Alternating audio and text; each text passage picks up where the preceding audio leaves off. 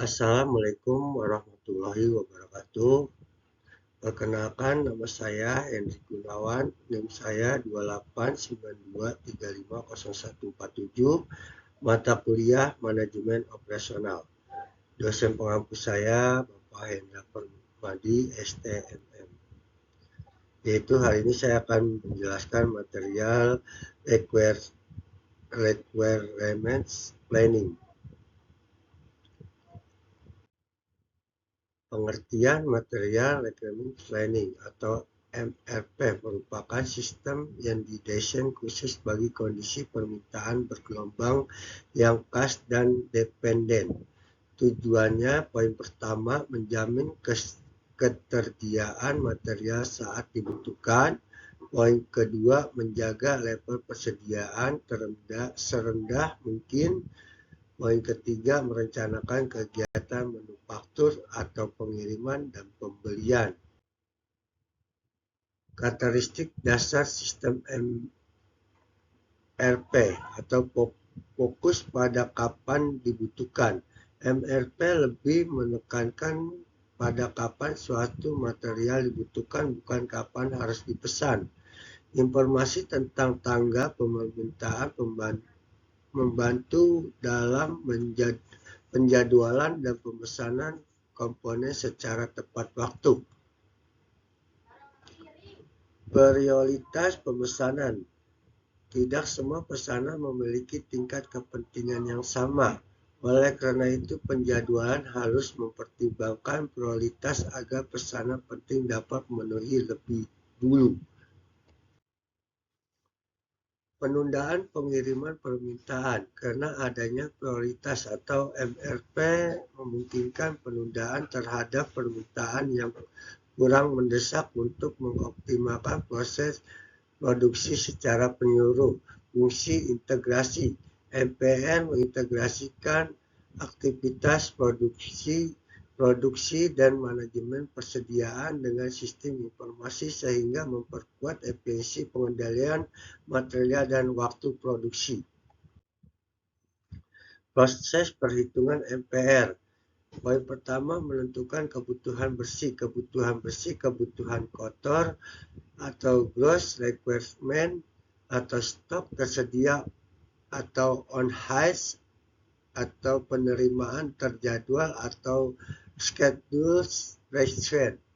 Data yang diperlukan dalam menentukan kebutuhan bersih adalah kebutuhan kotor setiap periode, persediaan yang ada di tangan, rencana penerimaan atau schedule receipt pada periode mendatang. Dalam hal ini, yang dimaksud dengan kebutuhan kotor ialah jumlah permintaan produk final. Inilah proses perhitungan MRP format tabel seperti ini. GR atau gross requirement, kebutuhan kotor. SM, schedule creation, jadwal penerimaan. NR, net requirement, kebutuhan bersih. OH, on hand, persediaan di tangan. POP, planned order receipt, perencanaan penerimaan. Atau POR, planning order receipt atau rencana pemesanan. Poin kedua, menentukan jumlah pesanan. Jumlah pesanan dari kebutuhan bersih biasa digunakan sebagai metode penyimpanan antara biaya setup dengan ongkos simpan atau Purchase Order Quality atau POQ. Lot per lot ordering atau LPL atau Periodic Order Quantity atau POQ, metode akumulasi lainnya. Poin ketiga, menentukan BOM dan kebutuhan komponen. Gunakan Bill of Material atau BOM untuk melihat struktur produksi, nomor item, jumlah dan komponen dan hubungan antara komponen. Kebutuhan tiap komponen dihitung dari pesan yang direncanakan atau planned order receipt untuk produk akhir.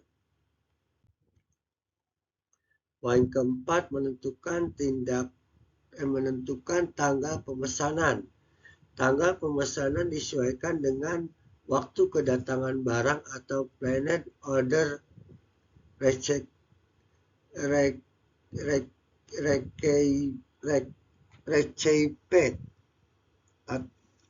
waktu tunggu.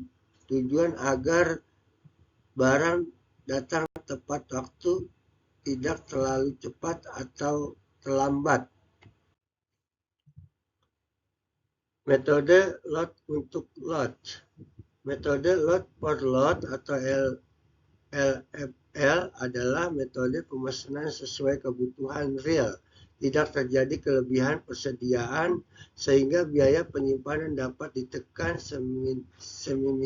seminimal mungkin. Fokus utama dari metode ini adalah produksi atau pemesan sesuai kebutuhan aktual guna menghindari penumpukan stok, yaitu kelebihan, mengurangi biaya penyimpanan, cocok untuk produksi yang tidak tahan lama atau perishable produk, atau efisien jika permintaan bervariasi setiap periode.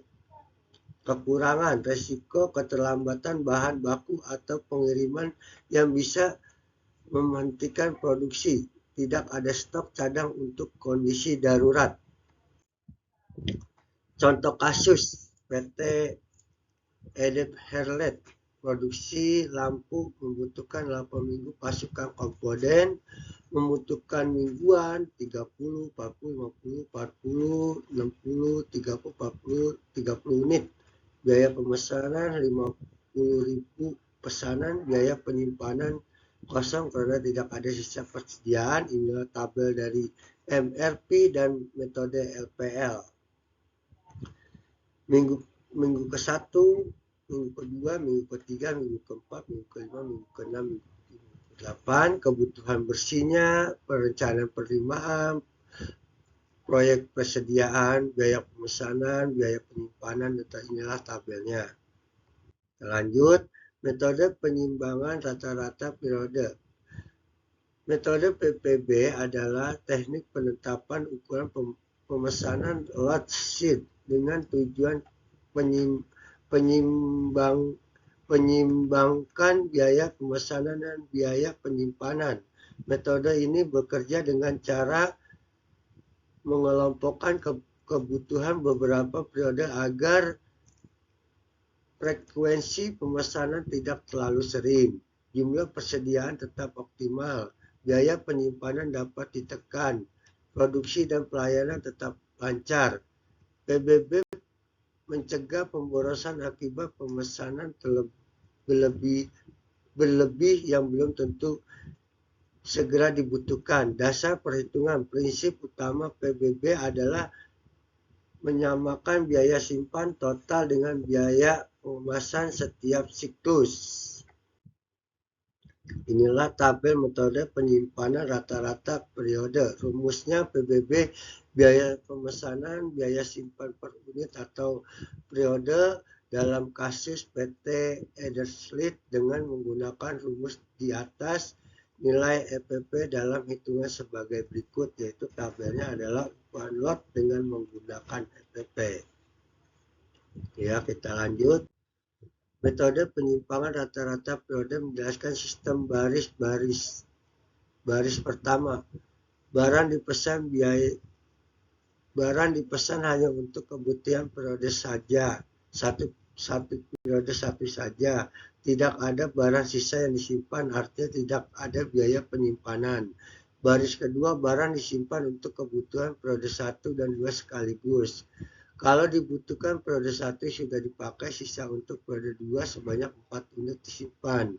Disimpan selama 1 periode, jadi ada biaya simpan. Misalnya biaya simpan per unit per periode 4, maka total biaya simpan adalah 40. Metode penyimpan rata-rata periode. Baris ketiga, barang dipesan langsung untuk kebutuhan 3 periode sekaligus. Setelah periode 1 tersisa untuk periode 2 dan 3, 4, terus ini ya. Ini dia rumus-rumusnya ya. Hitung-hitungan dari biaya simpan 4 kali 1 kali 4 40, 5 kali 2 kali 4 100, total biaya 40 tambah 100 sama dengan 140. Dari perhitungan sebelumnya, angka sepersada total biaya simpan dari simpan. Ya, kita lanjut.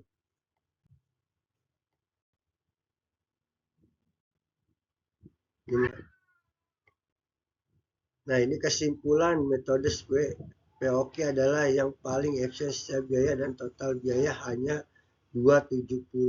Oleh karena itu disarankan agar pemesanan dilakukan menggunakan metode POQ, yaitu dengan cara melakukan pesan secara berkala setiap minggu sekali, agar dibutuhkan untuk 2 periode dapat dipenuhi sekaligus biaya dapat ditekan secara optimal.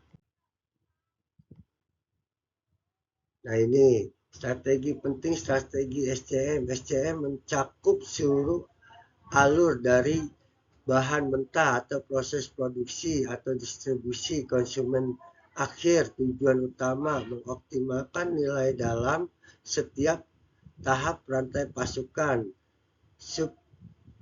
Supply chain manajemen SCM adalah pengelola terkoordinasi dari berbagai aktivitas, mulai dari memperoleh bahan mentah, kemudian mengolahnya menjadi produk setengah jadi, lalu menjadi produk akhir, produk jadi, hingga akhir dikirim dan konsumsi melalui sistem produksi, sistem distribusi. Supply chain membantu strategi bisnis. Supply chain manajemen SCM berperan penting dalam mendukung mencapai strategi bisnis karena mempengaruhi efisien biaya dan kepuasan pelanggan. Ini dia contoh-contoh salesnya. Ini dia terlanjut isi global tentang supply chain dalam dasar globalnya. Fleksibilitas, mampu beradaptasi cepat terhadap perubahan serta persediaan bahan, jalur distribusi, aturan impor, dan fluktuasi nilai tukar. Teknologi terkini menggunakan sistem digital untuk menjadwalkan, pelacak atau mengolah penggunaan bahan maupun produk akhir secara efisien, memiliki staf yang paham kondisi lokal seperti regulasi logistik, budaya konsumen, dan situasi politik setempat. Pentingnya pembelian atau purchasing. Peran strategi dalam supply chain. Pembeli menyerap porsi besar dan mendapat perusahaan. Strategi pembelian efektif sangat vital dalam SCM, mendorong dibentuknya fungsi pembelian khusus dan organisasi. Satu tujuan fungsi pembelian, mengidentifikasi barang dan jasa yang dibutuhkan dari luar. Perusahaan menentukan supply terbaik dari segi harga, kualitas, dan pengirim. Fokus pembelian. Lingkungan produksi barang dikelola oleh agen pembeli yang memiliki wewenang kontraktual, didukung oleh gambar teknik, spesifikasi produk, dokumen mutu, dan pengujian kualitas atau item yang dibeli. Lingkungan jasa. Fungsi membeli kurang dominan karena produk utama bersifat intelektual.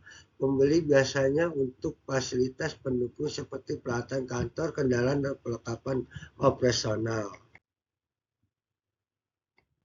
Lanjut. Nah, strategi rantai pasokan. Banyak pasokan money supplier atau pemanfaatan persaingan antara pemasok, pembeli, penekan pemasok untuk memenuhi permintaan. Ini sedikit pemasok price supply atau hubungan jangka panjang atau komitmen tinggi, efisien biaya atau meningkatkan kualitas, skala ekonomis, dan kurva belajar. Lanjut. Nah, ini 3 kunci sukses integrasi. Poin pertama, tujuan bersama, mutual atau goal. Mutual goal, sebuah pihak dalam rantai pasukan memiliki visi dan sasaran yang selaras demi kepentingan bersama. Kepercayaan adanya saling percaya memungkinkan keterbukaan, komunikasi, dan pembagian informasi penting antara mitra. Poin ketiga, budaya organisasi yang selaras, kesamaan dan nilai cara kerja antar perusahaan membuat kolaborasi lebih lancar secara efektif. Lanjut, pemilihan atau evaluasi vendor, evaluasi penjualan, seleksi berdasarkan kriteria berbobot, pengembangan latihan vendor untuk memenuhi standar, negosiasi harga berdasarkan biaya pasar atau tender. Internet purchasing atau procurement, proses pembelian secara elektronik melalui internet di mana karyawan perusahaan dapat memesan barang atau jasa dari katalog vendor yang telah disetujui secara online. Tujuan utamanya mempercepat proses pembelian atau mengurangi biaya atau peningkatan efisiensi. Distribusi atau transportasi dalam supply chain, pemilihan metode transportasi memengaruhi efisiensi biaya dan kecepatan pengiriman. Truk sangat fleksibel, cocok untuk pengiriman langsung ke lokasi tujuan. Kereta api lebih cepat waktu, tapi kurang cocok untuk sistem just-in-time atau JIT karena ukuran bed besar. Udara sangat cepat, tapi biaya tinggi, cocok untuk ringan dan mendesak. Laut biaya rendah, cocok untuk volume besar tapi waktu pengiriman lama. Pipa digunakan untuk smooth cair atau secara terus-menerus. Pertimbangan untuk cara keseimbangan antara kesempatan pengiriman untuk mencapai estimasi. Ya, itu saja.